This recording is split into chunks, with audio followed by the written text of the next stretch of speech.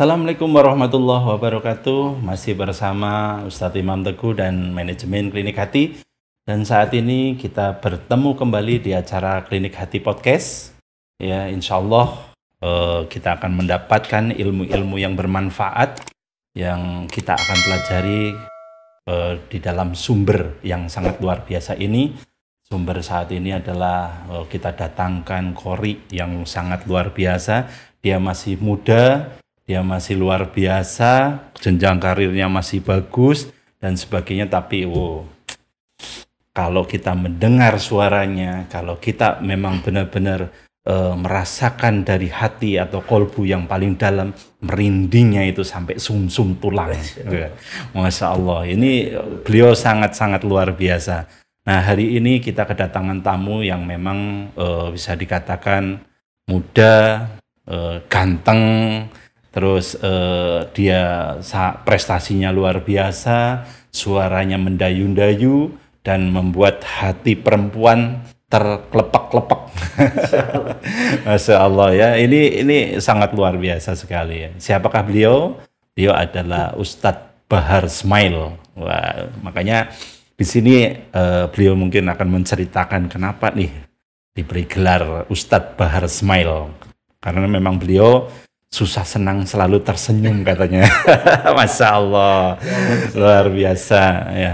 Kita akan kenalan dengan beliau secara langsung. Ustadz Bahar Smail, sehat? Alhamdulillah, guru sehat walafiat. Alhamdulillah. Doanya semua, terutama doa dari guru. Alhamdulillah sebesar. Alhamdulillah. Saat ini. Alhamdulillah ya, ini beliau ini sangat luar biasa ya, sehingga siapa sih yang nggak kenal beliau? Kabupaten Cilacap asal memang dengar alunannya beliau membacakan lantunan ayat-ayat Allah, pasti tahu semua, merinding ya, sampai pori-porinya itu ikut berdiri semua itu ya, bulu-bulu yang ada di dalam tubuh kita itu ikut berdiri semua, karena memang lantunannya ya, beliau sangat luar biasa. Nanti kita akan dengarkan juga beliau seperti apa dan mendengarkan lantunan-lantunannya beliau yang tadi saya sampaikan begitu luar biasa. Baik.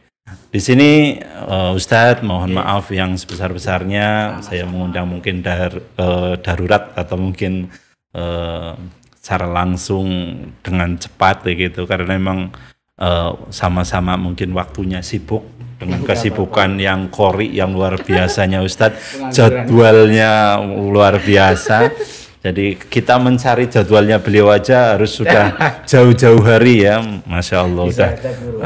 Sudah 2 bulan yang lalu nih. 2 bulan yang lalu udah janjian untuk hari ini, Masya Allah. Bisa aja guru saya padahal.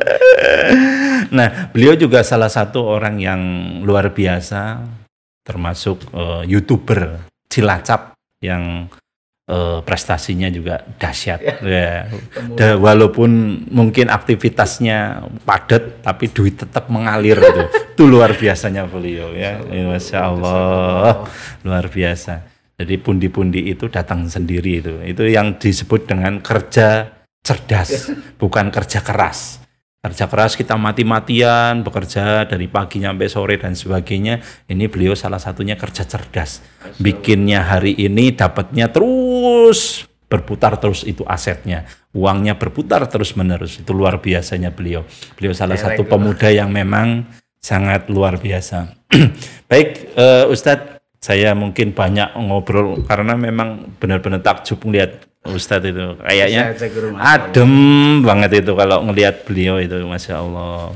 Nah, ini sedikit saya menanyakan Ustadz sendiri mulai kapan nih terjun di bidang Qori? Mungkin boleh ceritakan Ustadz Bahar ini perjalanan hidupnya itu seperti apa sehingga kok kecemplungnya malah justru di Qori gitu ya, yang luar biasa. Beliau juga selain Qori ahli sholawat juga, Masya Allah. Okay. Nabi. Monggo. Silakan ceritakan seperti apa Ustadz jenjang karirnya kok bisa sampai ke arah Qori gitu. Baik, sebelumnya terima kasih kepada guru saya Ustadz Imam Teguh dan segenap keluarga besarnya. Sebenarnya saya belum pantas ya disuruh menceritakan biografi ya, karena saya kan masih banyak proses yang belum dilaksanakan. Terus juga saya masih belum pernah merasa bosan dalam belajar. Tapi Masya Allah. dari awal mula saya belajar qiraah itu ya, saya masih ingat betul. Saya belajar qiraah itu sebenarnya sejak mulai sekolah dasar ya. Masya Allah. Sekolah dasar itu, kalau saya bukan di sekolah dasar, guru di MI. MI Di ya. MI ya, Bakti Karangjengkol. Iya, iya. Sekitar mulai kelas 4-an kayaknya, insya Allah itu masih ingat. Itu saya belajar qiraah cuma masih modal suka saja. Suka, cinta ya. Cinta memang benar-benar suka ya. Karena kalau nggak suka nggak cinta mungkin sudah cuma coba-coba aja. Cuma kan sejak awal MI itu saya belajar, saya masih ingat betul ustadznya, namanya Ustadz Satirin. Satirin ya, Ustadz Satirin, Satirin. ya. Masya Allah. Itu perdana saya belajar sama beliau. Saya cuma mendapatkan beberapa makro. Kemudian di sekolah MI beberapa kali ya mengikuti lomba. Masya Allah. Cuma secara prestasi sejak MI memang biasa-biasa saja guru. Ya, karena di sekolah dasar itu kan gemblengannya memang kurang ya.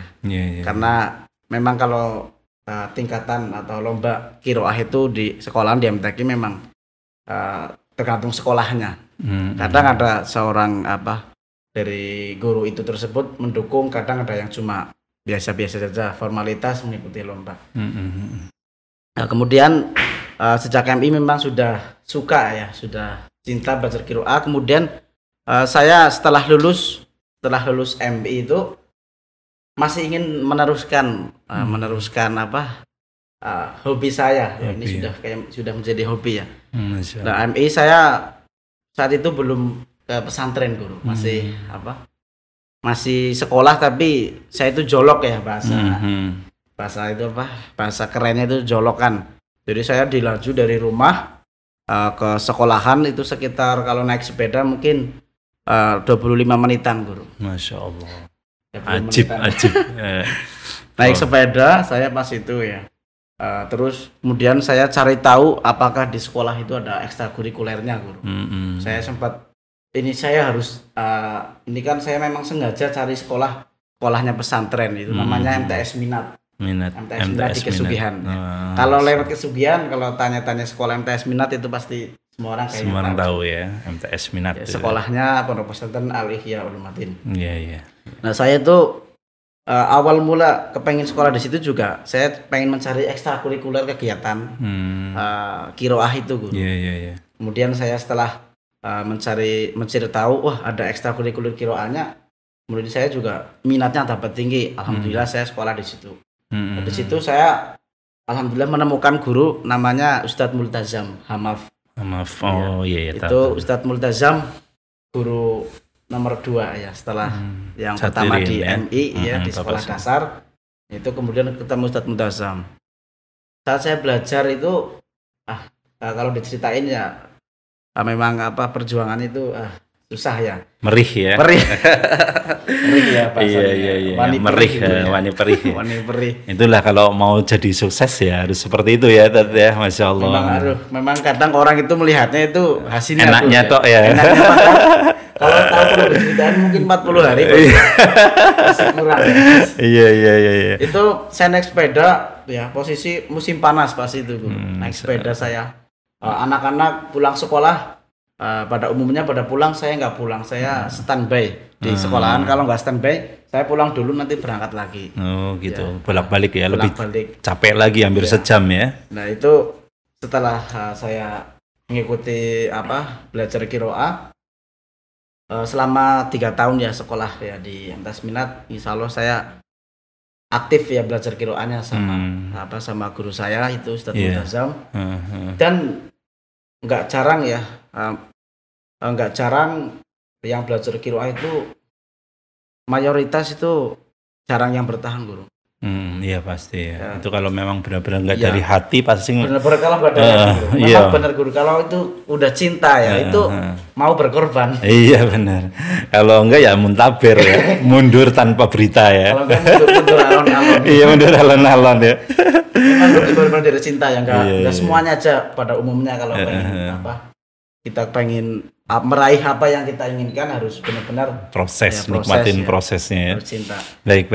Ya, terima kasih, itu mungkin sekilas ininya ya, perjuangannya. Nah, ini saya mau nanyakan nih, Siap. syarat-syarat belajar qiro itu apa saja sih? Apakah harus bersuara merdu atau memang sudah ada dasarnya? Oh, ini anak kecil dulu biasa nyanyi atau biasa apa sehingga untuk mengolah itu bisa lebih gampang dan sebagainya, atau haruskah dia punya bakat tersendiri gitu loh? Baik. Itu mungkin. Baik, siap Guru. Jadi kalau perlu ini buat pengetahuan juga buat yang pengen belajar qiraah pada umumnya Guru ya. Saya itu menerapkan apa yang diajarkan oleh guru saya di pesantren, bahwa ini teorinya umum ya, yaitu syarat mencari ilmu itu kalau di kitab Ta'lim Ta'lim kan karyanya Syekh Azharunji itu ada 6 ya. Jadi perlu diketahui ya kepada para pejuang qiraah ya Pak, bahwa belajar qiraah itu pada umumnya ya kita itu menerapkan seperti yang dikarang oleh Syekh Azharunji dalam kitab Ta'lim Ta'lim. Itu ini bisa diamalkan buat bukan hanya untuk belajar qiraah ya, tapi siapa saja yang pengen belajar dan pengen meraih sukses apa yang dipelajari, yaitu dalam syairnya atau baitnya kurang lebih seperti ini. Ala la tanalul ilma illa bisitatin sa'umbika majmu'iha bi bayani Dhukain wa hirsin wa istibarin wa bulghatin wa irsyadi ustadin wa tuliz zamani. Ya, itu kalau yang ngerti itu artinya itu udah langsung oh iya ini ada 6 ini. Nah, kalau kayak kita nih para sahabat Klinik Hati Podcast lebih harus dijelaskan lagi ya, artinya seperti apa Tad, monggo silakan. Ya. Jadi ini teori ini bukan hanya untuk belajar qiraah ya, tapi pada umumnya pada orang yang sedang belajar. Jadi yang pertama itu adalah dukain ya. Dukain itu artinya adalah cerdas. Tapi cerdas di sini bukan artinya kita itu harus ber-IQ tinggi atau orang yang hebat. Di sini cerdas ini adalah orang yang mempunyai kemampuan untuk belajar ya, karena setiap orang belajar itu mempunyai kemampuan dan potensi masing-masing. Jadi siap menerima ilmu atau yang sudah siap belajar. Itu sudah syaratnya. Otomatis kalau pengen belajar qiraah berarti sudah siap segalanya. Niatnya sudah siap, terutama ditata ya, pengen meneruskan ya syiar, meneruskan perjuangannya Kanjeng Nabi ya, karena namanya belajar harus ditata niatnya. Itu yang pertama, niat itu sangat perlu sekali. Kemudian siap belajar.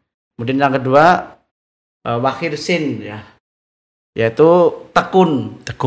Karena kalau kita belajar saja ya tidak ada ketekunan, itu sama saja ya masih kosong ya. Karena kita cuma buka buku, tutup buku, buka buku, tutup buku ya, tanpa kita itu benar-benar menekuni ya, mendalami apa yang kita pelajari. Itu mungkin fenomena yang sering kita lakukan itu seperti itu. Kita tanpa memahami isinya, kita hanya cuma belajar saja. Itu yang nomor 2. Kemudian yang nomor 3 yaitu adalah sabar ya. Yang namanya belajar itu kan bukan hanya 1 kali 2 gulung ya, 2 kali ya guru ya. Itu harus melalui proses, dan prosesnya pun panjang. Jadi kita dalam belajar juga banyak cobaan ataupun rintangan. Terkadang dalam belajar, wah ini kok susah sekali ya materinya yang disampaikan oleh guru. Kok ini kok ada saja cobaannya, misal cobaan waktunya susah atau apa. Jadi harus sabar seperti itu. Ya. Baik, ini apa yang saya tanyakan yang berikutnya, yaitu salah satunya di Indonesia sendiri sebenarnya Kori sudah banyak atau belum, dan kiblat atau panutannya itu Kori itu siapa aja sih sebenarnya untuk Ustadz sendiri kayak gitu, atau yang dicontoh yang jadikan panutan itu siapa? Baik Guru. Di Indonesia ya itu Kori itu luar biasa, sangat banyak sekali ya. Baik yang masyhur ataupun yang masih yang viral itu kan itu banyak sekali. Kalau saya sendiri ya dulu awal mula saya itu tahu kiroah ataupun tahu lagu-lagu kiroah ataupun tahu yang berkiroah itu saya itu tahu pertama itu Haji Muammar Zainul Asyikin. Itu Kori legendaris dari Indonesia. Sampai sekarang pun namanya belum ada yang bisa istilahnya yang bergeser atau bahasanya apa ya. Kayak yang memperbarui lagi loh. Itu kayak namanya masih melegendaris sampai sekarang Guru. Walaupun dari segi kualitas mungkin Kori-Kori yang sekarang makin banyak yang suaranya lebih tinggi, yang lebih halus, lebih merdu. Tapi yang untuk menggantikan kayak nama beliau itu masih belum ada kayaknya, masih melegendaris dari beliau. Terus ada juga Haji Mukmin Al Mubarak. Itu kenal saya. Kenal. Beliau asal dari Tasikmalaya. Itu saya itu ngefans banget sama beliau ya. Ya karena beliau itu secara prestasi juga sudah tidak ditanyakan lagi ya. Ke jenjang internasional. Terus secara suara mantap sekali beliau ya, suaranya merdu, halus ya. Yang mantap jelas sekali. Nyentuh nyampe ke hati ya gitu ya. Sampai nggak sadar diri ada. Masya Allah ya. Banyak lagi pokoknya Kori-Kori kalau berbicara tentang Indonesia itu. Iya. Terus ini pertanyaan berikutnya, bagaimana sih tips cepat untuk menguasai lagu-lagu kan? Itu macam-macam ya. Ada Bayati, ada macam-macam ya. Mungkin kalau yang Kori kan luar biasa, itu macam-macam nadanya, lagunya, langgamnya dan sebagainya itu kan. Itu bagaimana tips-tips untuk bisa saya kayaknya cocok di Bayati nih. Saya kayaknya cocok di sini nih kayak gitu. Nah, itu seperti itu. Gimana Ustaz? Baik. Jadi kalau dulu itu orang belajar qiraah itu agak susah ya perjuangannya, karena dulu itu modelnya lewat kaset. Pakai kaset itu tip ya. Jadi mereka itu belajarnya mendengarkan, kemudian selalu menyimak ya. Jadi karena lewat tip kaset ya, jadi kadang kasetnya rusak ya, belajarnya pun susah terhenti. Berantakan ya. Nah kalau sekarang itu sudah dikepenakna ya, sudah dimudahkan ya. Sekarang ada HP ya. Di HP ini sekarang kita bisa mencari tahu informasi baik itu yang terkini atau yang terdahulu ya. Jadi misal kita kepengen belajar lagu Bayati, kita tinggal cari aja di YouTube. Kita mengakses di media ya, di YouTube. Misal lagu Bayati, kita putar. Kemudian bagaimana cara agar kita itu cepat ya menghafal lagu ataupun cepat menguasai lagu, itu kita tinggal setiap hari ya, itu pokoknya jangan bosan-bosan mengulang lagu itu disetel ya, musiknya itu disetel, mengulang terus. Kalau saya itu biasanya itu saya dengarkan terus ya, saya dengarkan terus sampai akhirnya pun sudah terbiasa dengan lagu ini, dan akhirnya karena seringnya sekali saya mengulang-ulang ya, saya putar di HP. Kemudian kalau saat latihan sama guru itu di majelis, saya itu selalu bawa HP dan saya rekam guru. Nah itu termasuk metode agar kita bisa cepat hafal lagu. Kemudian kita sering mendengarkan berulang-ulang. Dan tentunya sering melakukan ya, maksudnya sering melakukan, mencoba ya. Mencoba juga. Terus agar kita cocoknya ini di mana nih, misal Bayati ataupun di Soba atau Hijaz, itu pribadi masing-masing guru. Kalau setiap Kori pasti itu mempunyai lagu andalan. Setiap Kori itu pasti mempunyai lagu andalan. Nah, misal, Ustadz Bahar sendiri apa nih yang paling disukai nih? Soba atau Bayati ya, terus apa itu? Kalau saya itu seringnya tuh pakai Hijaz guru. Hijaz ya. Saya tuh senang banget lagu Hijaz. Jadi makanya ketika saya ngaji ataupun ketika saya tampil ya di panggung itu pasti setelah saya melakukan mengambil lagu Bayati, itu lagu utama ya, kuncinya itu Bayati. Setelah kuncinya saya kemudian pindahnya ke Hijaz. Oh gitu ya. Berarti kembali ke Hijaz lagi ya. Iya, karena kecintaannya di Hijaz ya. Baik. Terima kasih sekali kepada Ustadz Bahar Smail dan informasinya sangat-sangat menarik. Ini sangat-sangat pastinya bermanfaat sekali buat kita. Amin. Jangan kemana-mana, selalu tunggu lanjutannya keilmuan beliau Bahar Smail ya, untuk kita akan mendengarkan lantunan dan sebagainya. Tapi sebelum itu kita break dulu. Wabillahi taufiq wal hidayah. Wassalamualaikum warahmatullahi wabarakatuh. Baik para sahabat Klinik Hati Podcast, bertemu kembali kita dengan Ustadz yang sangat fenomenal, Ustadz yang sangat luar biasa qiraatnya dan suaranya luar biasa. Dan kita insya Allah hari ini akan dipertunjukkan nih suaranya yang tadi saya sampaikan, lantunannya sampai membuat merinding ya, sampai ke tulang sumsum. Nah, kita rasakan benar-benar, buka hati kita, buka pikiran kita. Insya Allah nanti akan apa yang akan dibacakan oleh beliau, kita akan merasakan hal itu. Gitu ya Ustadz. Baik, terima kasih Ustadz. Ini sedikit ada request nih untuk bisa membacakan ayat-ayat Allah yang tentunya Ustadz Bahar Smail ini akan membuat hati kita dan jiwa kita itu tersentuh gitu loh. Monggo Ustadz, mungkin akan dibacakan surat yang ada di dalam Al-Quran, surat apa itu? Insya Allah di sini saya akan membacakan surat Al-Balad. Al-Balad, Masya Allah. Monggo silakan Tad.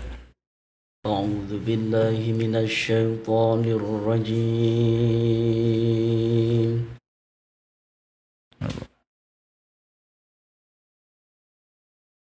Bismillahirrahmanirrahim.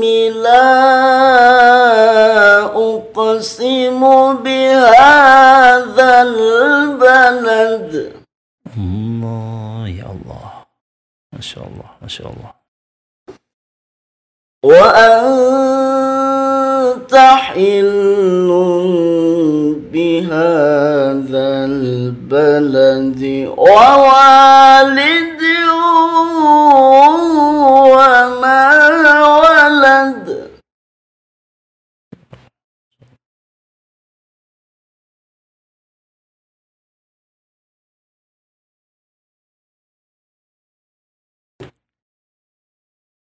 ووالد وما ولد لقد خلقنا الإنسان في كبد. لقد خلقنا الإنسان في كبد. Sadaqallahul aliyyul azim.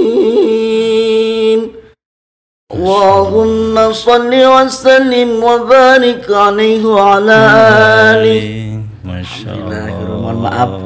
Masya Allah. Luar biasa, grogi aja udah seindah ini ya. Gimana kalau enggak grogi, Masya Allah ya. Ini biasa di panggung-panggung aja nih, di Klinik Hati Podcast bergetar sampai grogi ya, Masya Allah. Ini para sahabat berarti sangat luar biasa sehingga beliau sampai grogi kayak gini ya. Baik, para sahabat Klinik Hati, itulah yang mungkin sudah dilantunkan karena memang ayat-ayat Allah ketika dibacakan dengan indah, dibacakan dengan bagus, dibacakan dengan dari hati, itu akan bisa menggetarkan hati nurani kita, jiwa kita ya.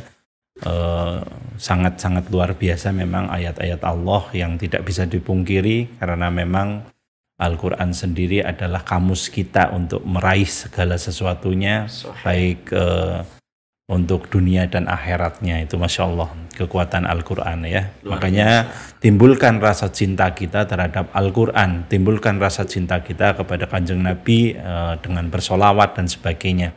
Itu seperti itu.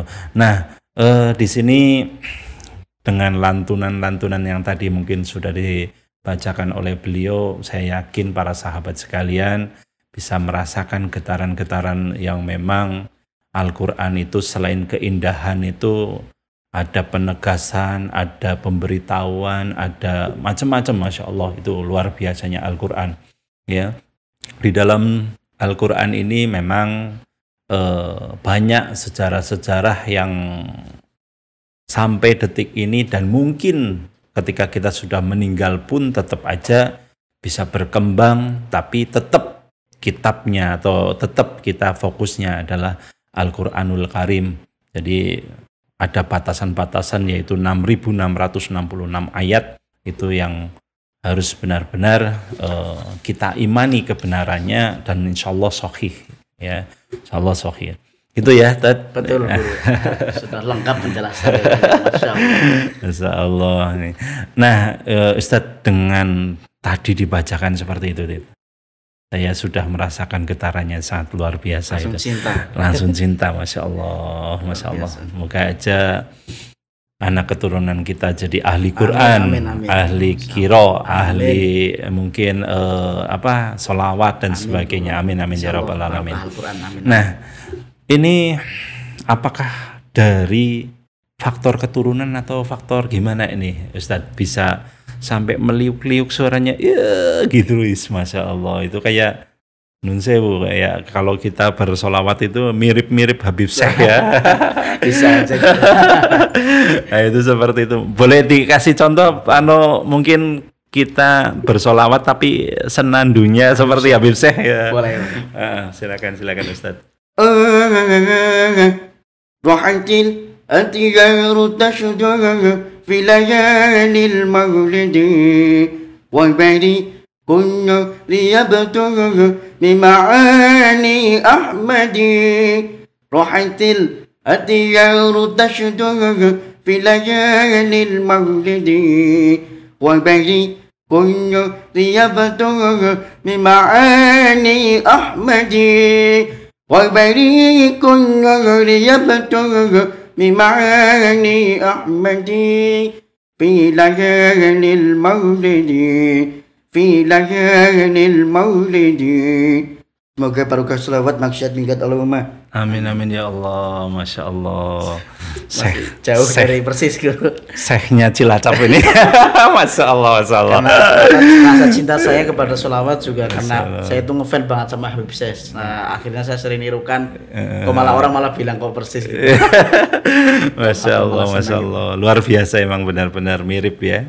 Suaranya sangat-sangat mirip dengan guru kita bersama, Syekh Asgaf ya. Masya Allah Habib Syekh. Iya ya. Selain itu ya, mungkin dengan kiroknya ya, dengan sholawatnya ya, mungkin dengan tilawahnya itu wajib ya.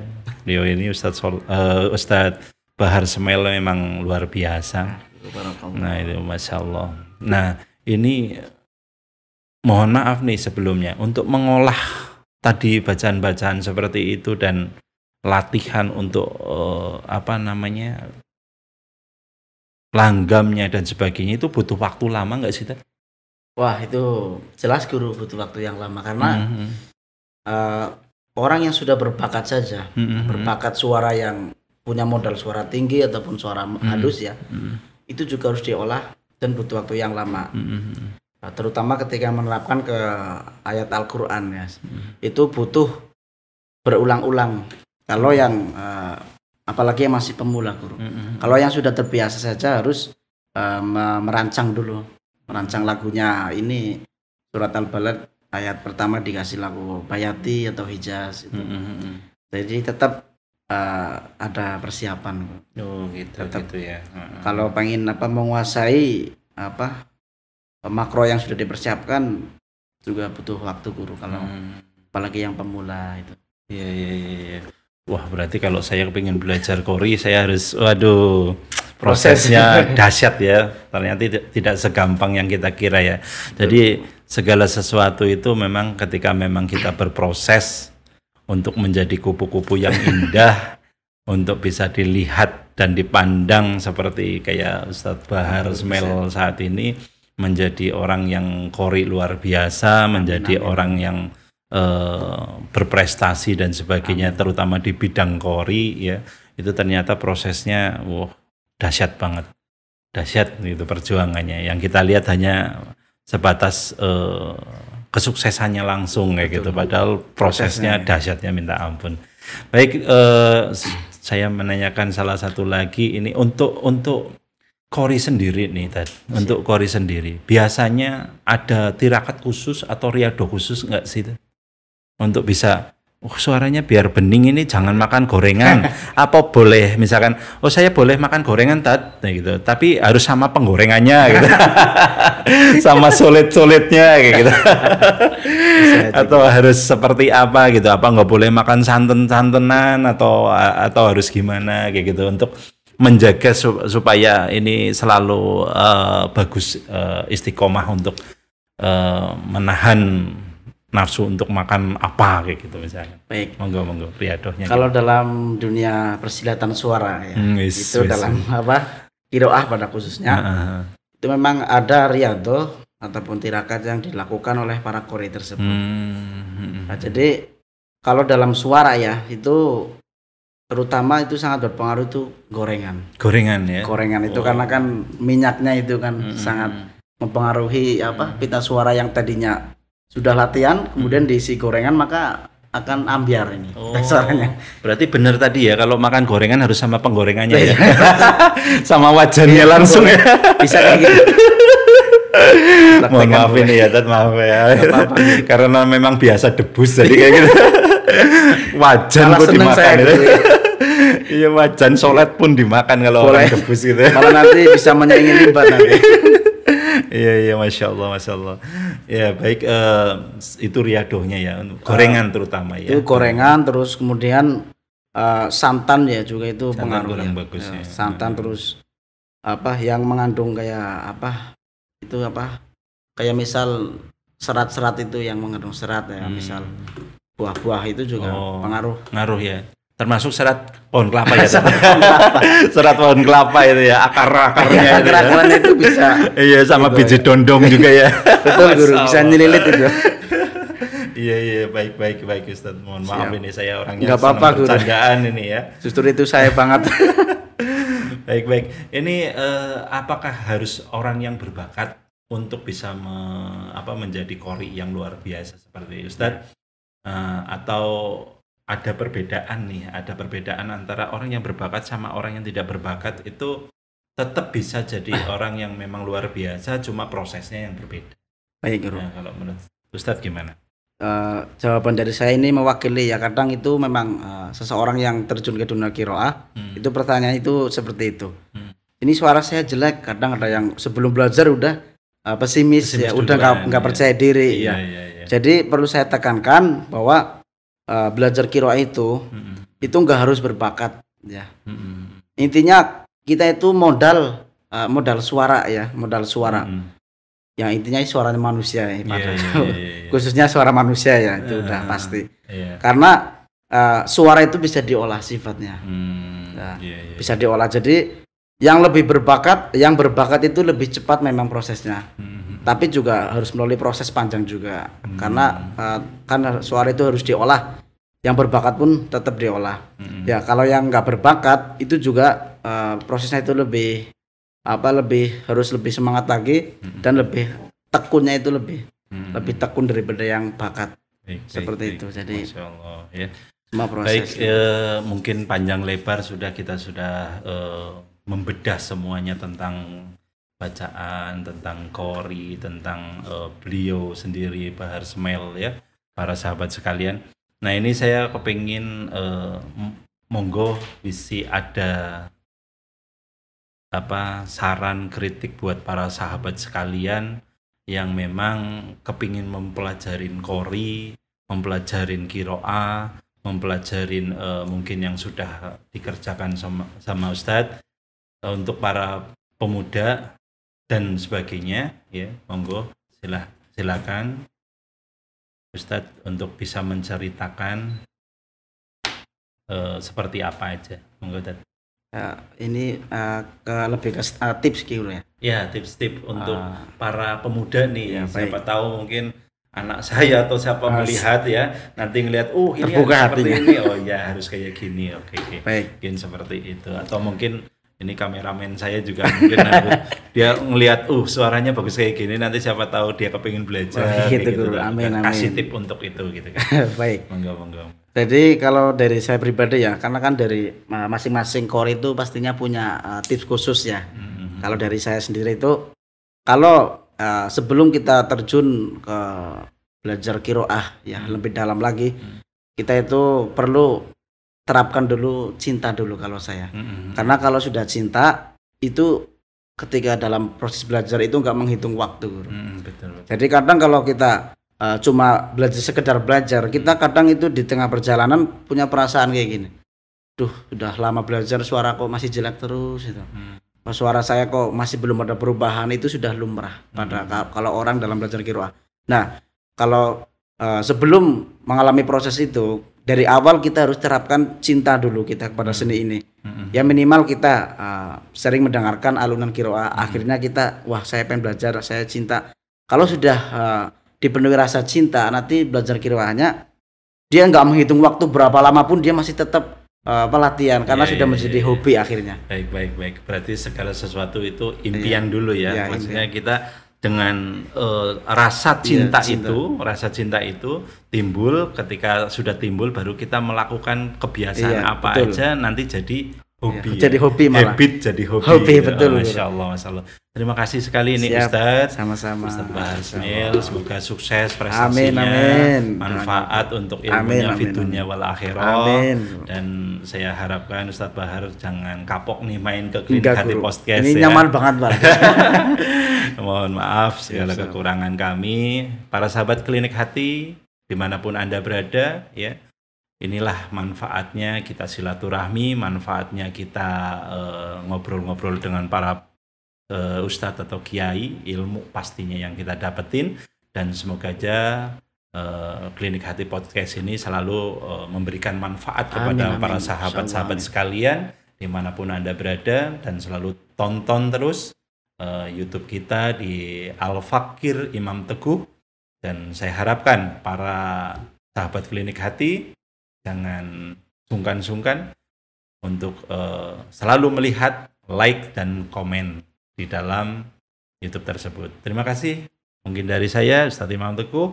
Wabillahi taufiq wal hidayah. Wassalamualaikum warahmatullahi wabarakatuh. Waalaikumsalam. Rahayu.